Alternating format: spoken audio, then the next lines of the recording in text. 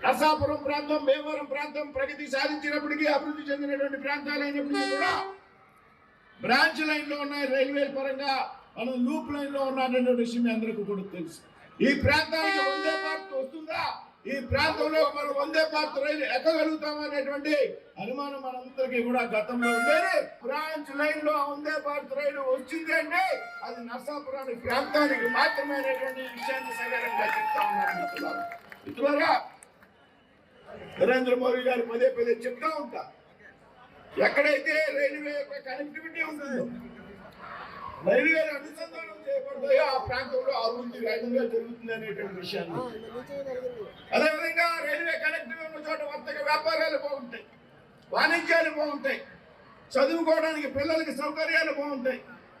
ఈ విధంగా ఇవాళ ప్రారంభించేటువంటి వందే భారత్ రైలు అయితే ఉందో ఇది ముఖ్యంగా కోస్తా బెల్ట్ వెంబడి ఏదైతే గుడివాడ మీదుగా, విజయవాడ మీదుగా, తెనాలి మీదుగా, నెల్లూరు మీదుగా, గూడూరు మీదుగా, ఒంగోలు మీదుగా, రేణిగుంట మనందరికీ కూడా తెలుసు.